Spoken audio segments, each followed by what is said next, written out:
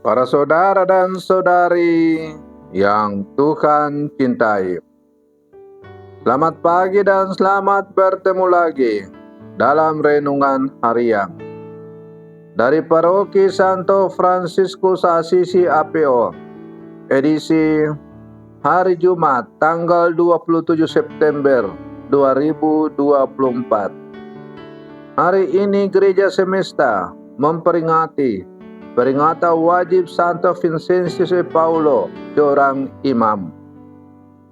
Mengawali hari yang baru ini, kita hendak mendengar dan merenungkan sabda Tuhan. Marilah sebelum kita mendengar dan merenungkan sabda Tuhan, kita berdoa. Dalam nama Bapa dan Putra dan Roh Kudus. Amin. Allah Bapa yang Maha Kasih, Engkau telah memenuhi hati Santo Vincentius, imam, dengan keutamaan kerasulan untuk menyejahterakan kaum miskin dan membina kaum rohaniawan. Semoga kami dikobarkan oleh semangat yang sama, mengasihi apa yang dikasihinya dan melaksanakan apa yang diajarkannya. Bersabdalah ya Tuhan, kami siap mendengarkan. Terpujilah Engkau Bapa, Putra dan Roh Kudus, kini dan sepanjang segala masa. Amin. Para saudara dan saudari yang Tuhan cintai, sabda Tuhan yang hendak kita dengar dan kita renungkan untuk mengawali hari yang baru ini diambil dari Injil Lukas pasal 9 ayat 18 sampai 22. Tuhan bersamamu. Inilah Injil suci menurut Lukas.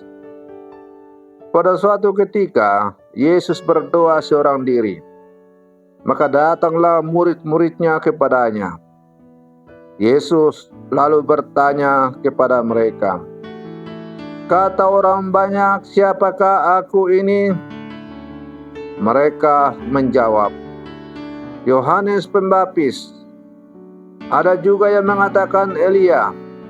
Ada pula yang mengatakan salah seorang nabi dari zaman dahulu telah bangkit." Yesus bertanya lagi, "Menurut kalian, siapakah aku ini?" Jawab Petrus, "Engkaulah Kristus dari Allah." Dengan keras Yesus melarang mereka memberitahukan hal itu kepada siapapun. Ia lalu berkata, "Anak manusia harus menanggung banyak penderitaan dan ditolak oleh para tua-tua, oleh para imam kepala dan para ahli Taurat, lalu dibunuh dan dibangkitkan pada hari ketiga." Demikianlah sabda Tuhan. Para saudara dan saudari yang Tuhan cintai, banyak orang di Israel mengenal Yesus sebagai hamba Allah yang agung. Bahkan mereka membandingkannya dengan para nabi besar. Petrus yang selalu cepat tanggap mengakui bahwa Yesus adalah sungguh-sungguh Mesias atau Kristus. Melalui mata iman, Petrus memahami siapa Yesus sebenarnya. Dia adalah rasul pertama yang secara terbuka mengakui Yesus sebagai Dia yang diurapi, atau Mesias atau Kristus. Namun, iman Petrus diuji ketika Yesus menjelaskan bahwa Mesias harus menderita dan mati agar karya penebusan Allah dapat digenapi. Betapa terkejutnya para murid ketika mendengar perkataan ini. Betapa berbedanya pikiran dan jalan Allah dengan pikiran dan jalan yang dipikirkan oleh manusia. melalui penghinaan, penderitaan, dan kematian di kayu salib. Yesus telah mematahkan kuasa dosa dan maut, serta memenangkan keselamatan bagi kita. Para saudara dan saudari yang Tuhan cintai, jika kita ingin mengambil bagian dalam kemenangan Kristus, kita juga harus memikul salib kita dan mengikutinya kemanapun Dia menuntun kita. Apakah salib yang harus kita pikul masing-masing dari kita? Ketika kehendak kita berbeda-beda dengan kehendak Allah, maka kehendak Allah lah yang harus didahulukan untuk dijalankan. Atau dengan kata lain, menjadikan kehendak Allah sebagai satu-satunya tujuan tertinggi dalam seluruh kehidupan kita. Mengenal Yesus Kristus berarti mengenal kuasa kematian dan kebangkitannya. Roh Kudus akan memberi kita karunia iman untuk mengenal Yesus secara pribadi, kekuatan untuk menghidupi Injil dengan setia, dan keberanian untuk bersaksi kepada orang lain tentang sukacita dan kebenaran Injil. Para saudara dan saudari yang Tuhan cintai, kita sekarang adalah rasul-rasul Yesus, murid-muridnya yang hidup di zaman ini.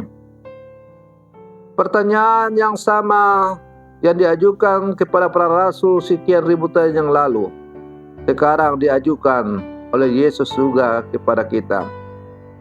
Menurut kita, Yohanes, Paulus, dan silakan sebutkan namamu masing-masing. Menurut engkau, siapakah aku ini? Apa jawaban kita? Apakah jawaban kita, siapa itu Yesus, akan melayang-layang seperti apa yang dikatakan oleh orang lain? Ataukah kita mengenal dan mengatakan Yesus bagi saya adalah orang yang sungguh saya mengenal? Kalau seandainya Yesus ini bertanya kepada saya, Paul Tumayang, yang saat ini menjabat sebagai pastor paroki APO, menurut engkau, Paul Tumayang, siapakah aku ini? Maka saya akan menjawab dengan tegas, Yesus, bagiku engkau adalah seorang sahabat sejati. Mengapa saya mengenal dan mengimani Yesus sebagai seorang sahabat sejati? Tentu berdasarkan pengalaman hidup saya sejak saya masih kecil maupun sampai saat ini, saya sudah menjadi seorang gembala. Saya mengalami dan mengimani, merasakan dengan sungguh bagaimana Yesus sebagai seorang sahabat yang selalu hadir berjalan bersama, menuntun, membimbing dalam setiap langkah hidup saya. Walaupun ada begitu banyak tantangan-tantangan, rintangan yang saya hadapi, tapi semuanya mampu saya hadapi. Bukan karena kemampuan saya, tetapi oleh karena kemampuan yang dituntun oleh sang sahabat sejatiku, ialah Yesus Kristus itu sendiri. Setiap saat, dari saat ke saat, dari hari ke hari, Ia selalu hadir sebagai seorang sahabat untuk memberi tuntunan, penerangan, nasihat, bantuan, dan sebagainya kepada saya, agar saya mampu menjalankan tugas dan panggilan sebagai seorang gembala. Para saudara dan saudari yang Tuhan cintai, mari kita masing-masing memberikan jawaban atas pertanyaan Yesus ini. Siapakah aku ini menurut kalian? Kita berikan jawaban yang konkret melalui kesaksian hidup kita masing-masing. Semoga pada akhirnya kita semua layak memperoleh hidup kekal bersama dengan Dia, karena kita sungguh-sungguh mengakui, mengimani Yesus, Sang Guru yang sejati, Sang Juru Selamat. Selamat pagi, Tuhan Yesus memberkati.